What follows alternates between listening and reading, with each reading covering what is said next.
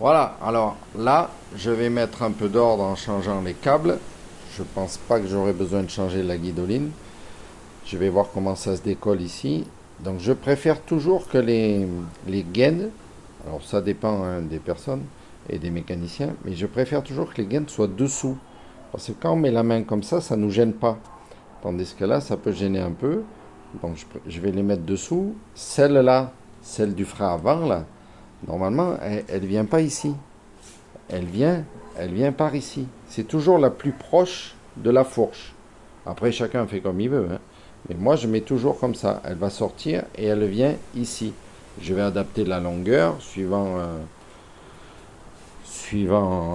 pour bien que ça tourne, hein, évidemment. Là, voilà. Là, les câbles, ils passent sur le support compteur. C'est pas bon du tout non plus.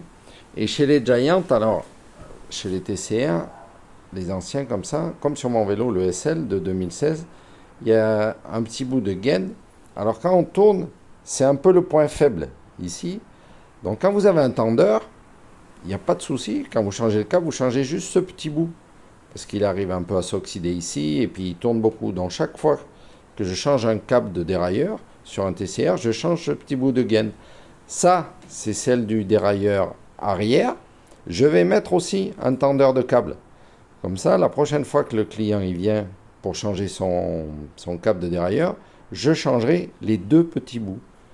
Et puis voilà, c'est une petite astuce comme ça qui fait que le vélo reste plus longtemps en bon état. On fait des petites bricoles comme ça et chaque révision, une petite chose plus une petite chose fait que le vélo dure beaucoup plus longtemps. Voilà, donc là, tout ce mélange de gaines va être remis lors du changement des câbles.